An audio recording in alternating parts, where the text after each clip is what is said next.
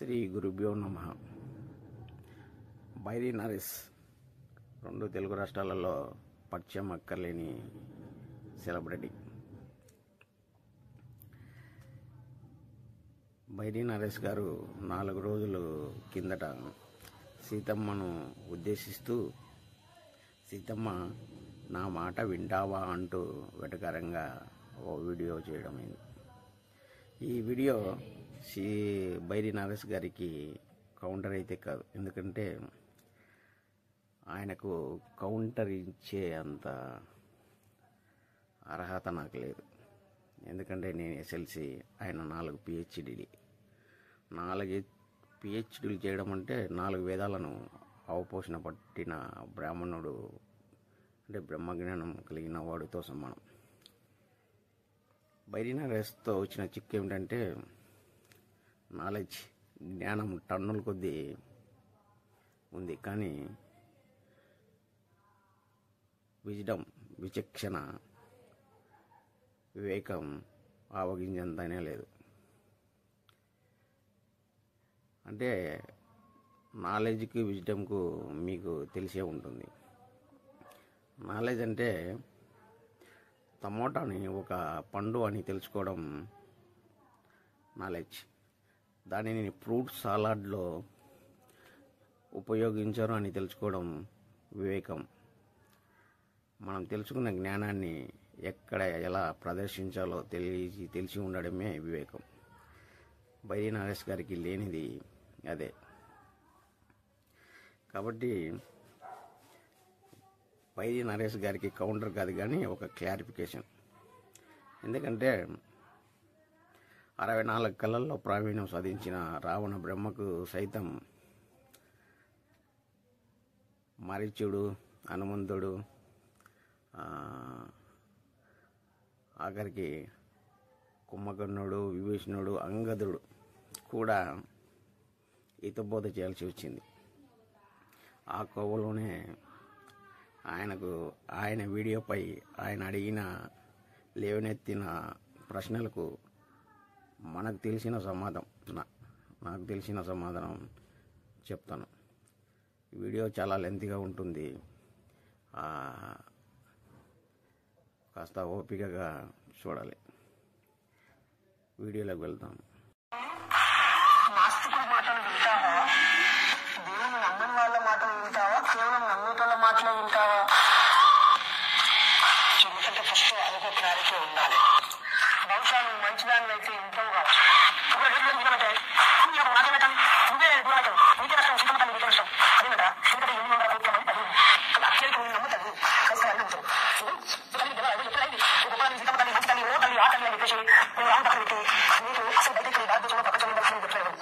సంస్కృత భాష తెలిసిన కొద్దిమంది ఉన్నారు. వాళ్ళు సంస్కృతం అదే పాటలు అదే పెద్ద మలయాళం చెప్తారు, కానీ అచ్చమైన బలమైన మాతృభాష అర్థమయ్యేటట్టుగా చెప్తున్నదానికి సిద్ధపడానికి నాకు వీడియో అందులో భావిస్తాను. ఆయనకు చెప్పాల్సిన విషయాలు నాకు చెప్పాలని నేను ఇప్పుడు వీడియో చెప్తాను. ఓకేనా? మా పిల్లలు, మా ఆడపిల్లలు, మా పిల్లలు, మా చిన్నలు, మా బిడ్డలు, మా అక్కలు, మా బిడ్డలు ఈ వీడియోలో చూసి మీకు నా ఆడపిల్లలకి సుఖం కలిగి ధైర్యం చెప్పండి. కానీ ప్రపంచం మొత్తం ఎక్కువ మంది దాన్ని దృష్టిలో కాదు. అలాగే రెండో స్థానంలో ముస్లిం ఉన్నది. అసలు దేవుడి రూపం పెట్టకుండా, రూపం పెట్టకుండా, పూజ చేయకుండా, ఇంకా ఆరతి ఇవ్వకుండా, నైవేద్యం చేయకుండా ముస్లిం వాడబడతాను. అంతకు మూడో స్థానంలో ఏ దేవుడు మనం నాశనం తయారైంది. 4వ స్థానంలో ఆఖరికి 5వ స్థానంలో విష్ణుమూర్తి ముఖ్య వాళ్ళు మాత్రమే రాముడి ముఖ అవతారాలు లభిస్తుంది. రాముడి భార్య మీకు గౌరవిస్తూ సీతారాముడు దండం పెట్టుకుంటారు. శంకరుడు పేరు చేసిన వాళ్ళు పార్వతిని అడ్వైతం వెళ్ళిపోయారు. తల్లి కాబట్టి నేను అడగాలనుకున్నది, చెప్పాలనుకున్నది అంటే తల్లి, ఎక్కడైతే నేను మళ్ళీ అనుమానించి అడవిలో సాగదోడిలో ఎక్కడ కూడట రాముడు మాత్రం ఒక్క చేత తీసి విరిచేసిందట, బాణం వేసిందట తల్లి. మరి నువ్వు ఆ రోజుల్లో ఒక ఆడపిల్లవైంది అవతారం ఎత్తిన నువ్వు అంత బలశాలి అయితే ఇప్పుడు నా భారతదేశం మొత్తం రక్తహీనతతో ఉన్నది సీతమ్మ తల్లి. ఈ దేశంలో ఆడపిల్లలు బలహీనతతో ఉన్నారు, అనేక రోగాలతో ఉన్నారు. నీ బలానికి సంబంధించిన రాష్ట్రాన్ని ఇక్కడ అది మర్చిపోవా? రాముడు శరీరంలో చనిపోయిన తర్వాత కూడా నీవు భూమి లోపలికి వెళ్ళిపోయిన తర్వాత ఈ భూమి మీద ఆధారం గురించి నువ్వు ఆలోచించలేవా? పట్టించుకోలేవా? నీ ఆయన ఇంకా 5 సంవత్సరాలు ఏం లేకుండా నీ సొంతంలో ఒక నుంచి ఆశీర్వదించుకురా. కచ్చర పడైపోతున్న భూమి అంటారు, భూమి ఇస్తారు, భూమిని ఆక్రమిస్తారు, భూమి పచ్చల గురించి ఆలోచించగలని అర్థం నష్టం. అదొక విషయం పక్కన. అలాగే భూమి ఉన్నటువంటి చాలా సంవత్సరాలు ఉన్నాయని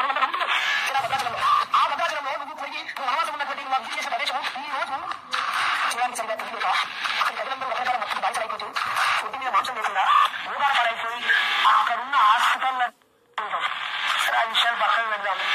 జరగా భార్యాభర్తలు అందరికీ చొరబాటుదారులను శిక్షించాలి, ఖచ్చితంగా ఉంటాను.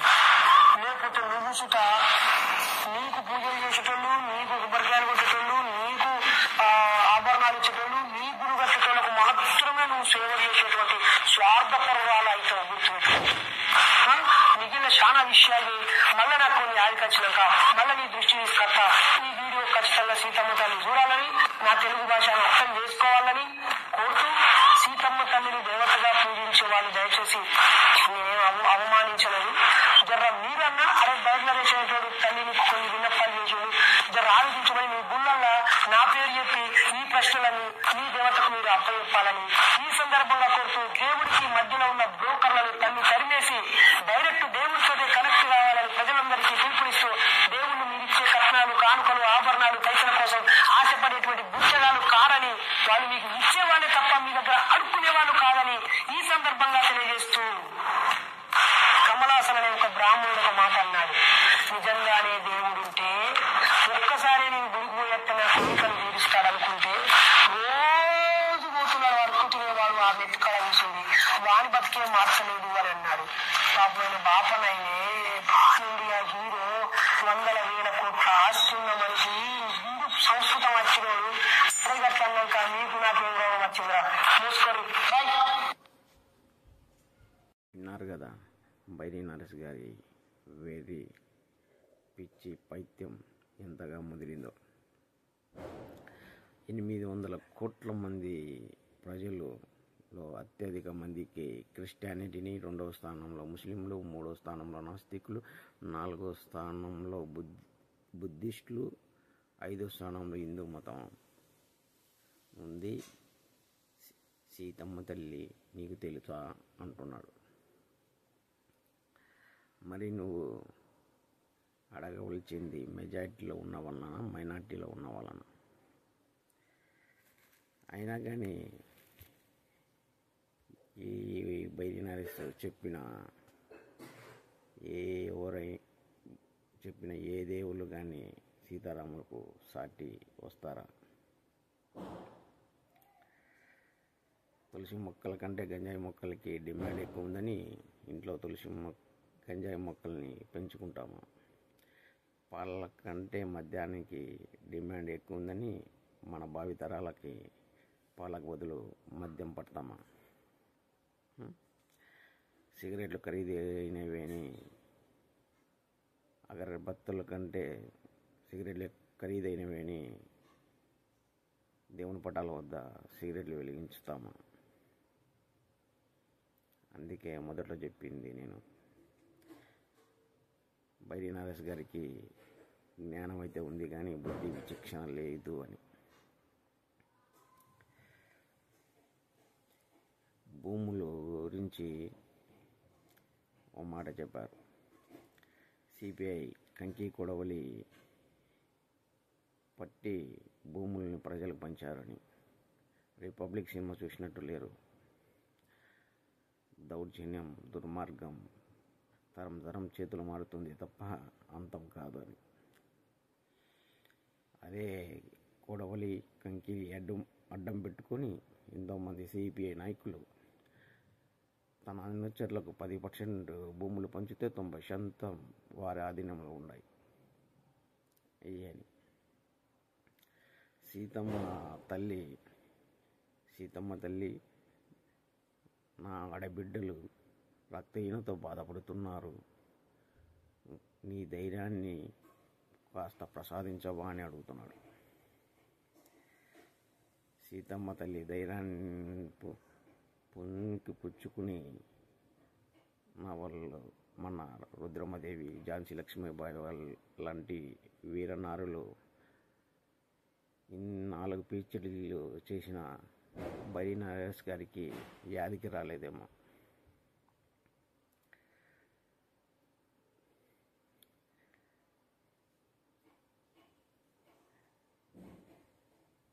ఇంత చదువు చదివి నువ్వు సూటిగా భారత రాజ్యాంగం రాసిన అంబేద్కర్ గారిని ప్రశ్నించాలి. లేకపోతే రాజ్యాంగాన్ని ఆధారం చేసుకొని ప్రభుత్వాలన్నా ప్రశ్నించాలి, లేకపోతే అత్యధిక మెజార్టీ ఉన్న నువ్వు చెప్తున్న దేవుళ్ళను ప్రశ్నించాలి. కానీ సీతమ్మకు నీ వినపాలంటూ అతి వినయము నటిస్తున్నాడు.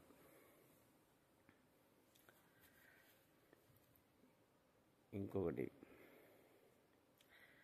కమల్ హాసన్ని ఉదాహరణ తీసుకొచ్చాడు. కమల్ హాసన్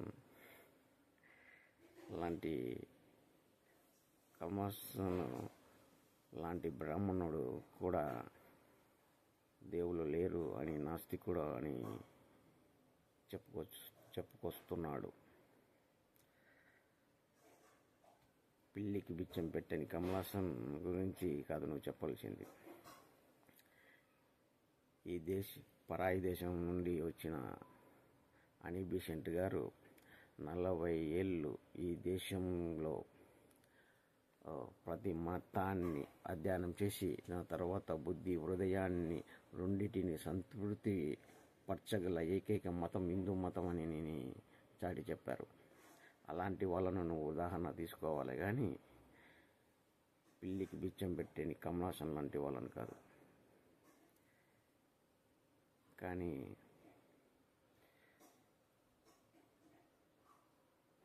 మన ఒక శ్రేయోభిలాషిగా బైరి నరేష్ గారికి నా విజ్ఞప్తి, నా విన్నపం, రామాయణంలో రాముడు లక్ష్మణుని ద్వారా సుగ్రీవుడికి ఓ ఆదేశాన్ని ఇవ్వమని చెప్తాడు. ఇంకా వాలి వెళ్ళిన దారి మూయబడలేదు అని. కత్తి మహేష్ గారు వెళ్ళిన దారి ఇంకా మూయబడలేదు అని గుర్తించుకోవాలని, యాది పెట్టుకోవాలని నా మనవి, నా విన్నపం. Thank you to all. Survey జన సుఖినో భవంతు.